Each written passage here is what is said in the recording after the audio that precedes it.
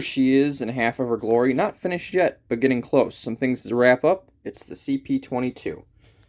So, based off of Han Solar's Blastech DL44, I have made the Blastech CP22, complete with Arabash, the language in Star Wars.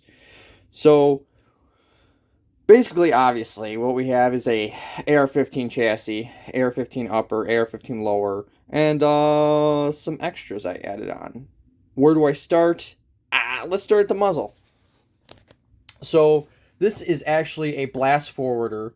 The muzzle is not locked in place, so it's not actually supposed to be there. I have to put washers in there and lock it in. Like, there's no point in me tightening everything down because it's not done yet. So we have a blast forwarder on a 5.56 barrel. I believe this barrel is 7 inches long. I ended up using, or I was going to use a dedicated CMMG upper, not upper, but CMMG barrel and bolt, but I decided to just go with that kit, the insert kit. If I ever want to swap it out later, I can. But to block off the gas port, I put a collar in and kind of just dressed it up a little bit. These welds are just tacked in place. I might fill this in a little bit more, or I may put a cover over there. I have rods coming up to the barrel nut, and the barrel nut is covered by these pretty cool spiky barrel nut covers. Obviously, we don't have to worry about gas tubes because it is a blowback. I had these 3D printed up. I designed them, and I had Liz 3D print them up just to cover up the nut. I don't have I don't have pins in, so I'm just using these bolts as placeholders. I just got done milling out this lower today. So this is, obviously I've said in my prior videos, this is my personal firearm, so not on the business.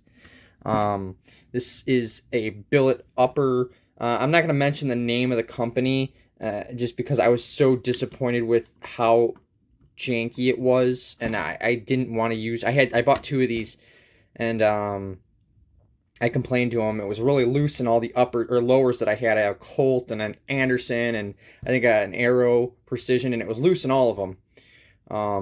And they said, oh, that's the way it's supposed to be. So I just used it for this project because it doesn't really matter too much. What I did do, if you notice, is I milled off the top rail. I didn't want to go with the top rail because I was going to go with a scope on the side. When we flip this over, I'll show it to you some more. But I milled in a rear sight where the charging handle would be, and the charging handle is here still, and I'll get to that too.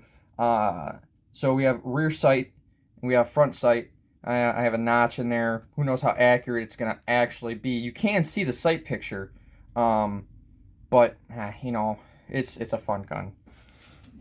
So here in Arabesh, we have CP22. Now I went with CP because DL44 to me says directed laser 44 caliber, and this would be a chemical projectile 22 caliber. So that's where I went with that.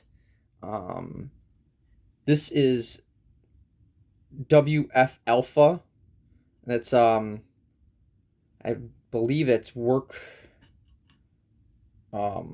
site alpha or workforce alpha, or no, weapons factory. I'm sorry, weapons factory alpha is where Blastech, and I'm a Star Wars fan, but I'm not deep into the lore. I had to look all this stuff up.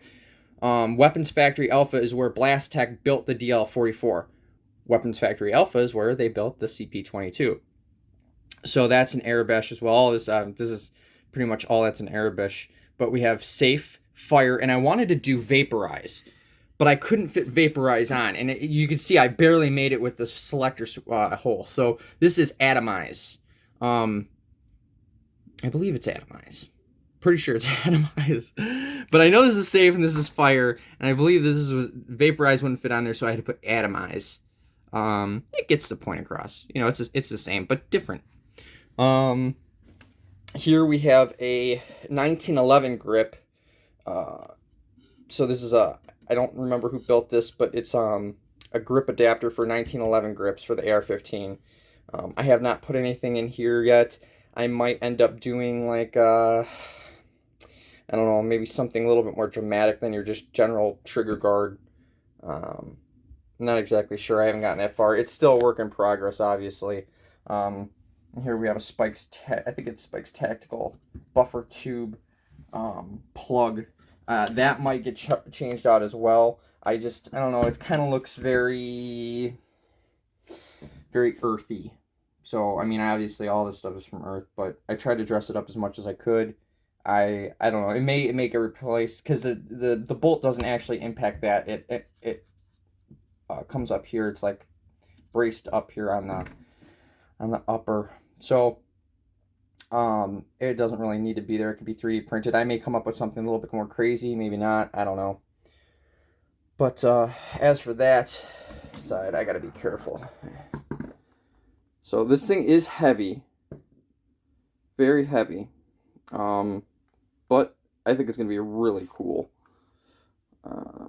Just a fire taking the range. Now, let me separate these.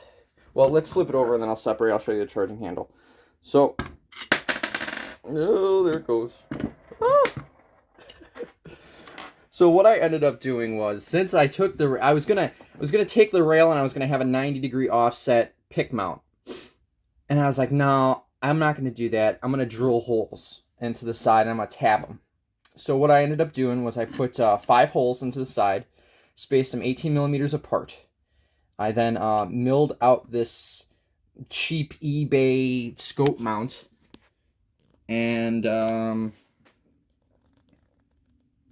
made the size of the holes a little bit oversized, just to accommodate for the slop. I mean, I can get accurate, but I don't know how accurate I needed to be, and if I was off by a little bit and I wouldn't be able to adjust it. I just wanted to leave as many contingencies as possible because I don't need to be shooting all over the range. So I also did multiple holes so I could adjust how far forward and far back I wanted it. Now, I was originally going to do 2 of these, one for front, one for back, but I ended up finding that my eye relief was good right here, so I left it here. But that's also adjustable for however you want to hold it. If you want to move it forward, you can also move this forward or backwards, and you can adjust the magnification. I believe this is a 1X. This is another cheap eBay. I got, oh, it's a 2x20. So I got that off of eBay maybe like 4 or 5 years ago. I don't even remember what I was going to use it for. But, yeah, so then I ended up designing this 3D printed cover, not only to cover the holes that I had drilled for this adjustment, but just to make it look better. I don't like these screws. I wanted to try to get something else, but I don't know, that may change. I did design this up so it does cover part of the ejection port. That should be enough to have the round eject, and then it kind of comes up and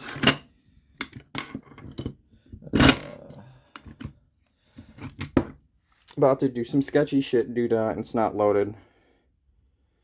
I know it's not loaded because I just worked on it. Had it come up along the side, and this is not attached. That may change. I could always drill another hole in here and then I can reprint this up, so that's not a big deal. We can see over here we have the Blast Tech logo, and we have Blast Tech in Arabic. That's just something I felt like I needed to add. All this is going to get painted. This is probably going to be yellow. I'm not sure what color the upper and the lower are going to be. But the Blast Tech logo is going to be yellow. The Arabic, I'm going to honestly just wing it. I'm not exactly sure what I want to do with that. But here we can see the other side. Not that it's any different. Those horrible, horrible welds I did at work. That have to get fixed. I might even take that off. I ended up buying a piece of steel tube, and this is heavy tube, and that adds a lot of weight. But I needed something for the heat if I was blasting off a lot of rounds. It's not welded, or it shouldn't be. Maybe I missed, but it's not welded to the collar. The collar kind of forces it over the barrel nut, or forces it to the barrel nut. I may take that out just so you can see the barrel profile. Not sure yet. It's a work in progress. We know that. What else? I mean, I kind of, I don't know, I hinted at this project for a little bit. I know I just named it in the last video, but there's really not a lot going on. It's a slow-going project. Let me see if I can separate these. Oh, there we go. And then pull this out. CMMG bolt. I'm going to pull this out. Now, I'm going to show you how I did this charging handle, because this charging handle had to clear this scope. So, normal AR-15 charging handle. I ended up milling it down. Zoom, there you go. I ended up milling it down. Now, I wasn't able to get the handle and the spring out.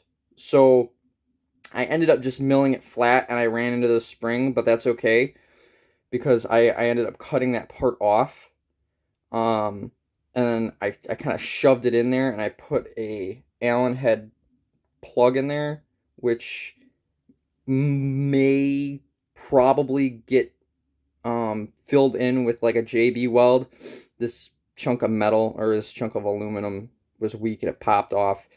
It actually stuck right in there. I didn't have to thread that. I just threaded that in. I think that's an 8x32, or maybe a 10x32, or 10x24, 8x32. I don't remember what thread size that was. I kind of just started shoving spare parts in there to see what would work. But I did mill that down. So milling this down helped with the rear sight picture on the iron sights. Milling this off cleared the scope. So that worked really well. I was surprised. It actually locks in place. Even though I kind of took a little bit too much off the side here when I was taking the pick rail off. But you know, you only see one side at a time anyway, so it doesn't really matter. And yeah, I mean, that's that for now. She's gonna be up and firing probably, I would say, before summer. I only need to get, I have fire control group, I need to get a safety selector, I need to get pins, and I need to figure out what I'm gonna do with the barrel shroud, and then figure out what I'm gonna do with that trigger guard. And that's it. That's it. Oh, magazine eject. I should say that I ended up changing out the CMMG magazines. I did not want CMMG magazines because they only come in 30s or 25s. So I went with the Smith & Wesson M&P 22, and they offer 10-round mags, so you don't have as big a magazine profile. And I will, when I get it all together, I'll do another video. But you get a shorter magazine profile. They have a little circle with a Smith & Wesson logo. I made up a Blast Tech logo on for a resin printer, and Liz printed out some resin coins, basically, that I'm going to paint and then epoxy in place. I'm also going to paint those like an FDE. So I think that's going to look good. You're going to have a shorter profile for the magazines. You know, 10 rounds, it doesn't really bother me. I think it looks good, and that's what it's all about, is looks right now. And then I got to figure out what I'm going to do with the rest of this. But, so mag release, I don't even think I need a bolt release, because it's not going to have, you know, it's not going to release the bolt. Pins. Oh, the Smith & Wesson magazines. You need an adapter called a Better Mag, and I forgot who makes it. Just look up Better Mag. That was like 45 bucks. I got quite a bit of money into this build, but it's going to turn out really good. I'm going to have fun with it. It's going to turn heads. I'm going to blast some Greedos. I don't know what race he is, but whatever. But that's about it. That's the gist of it. Super badass. I love it. I can't wait. When I do finally take it out to the range, I will definitely make a video and post it. And that is that. Blastech CP22. Oh, one hand. If I ever lost a hand, I would be lost completely because I am next to worthless. There she is. Thanks for watching.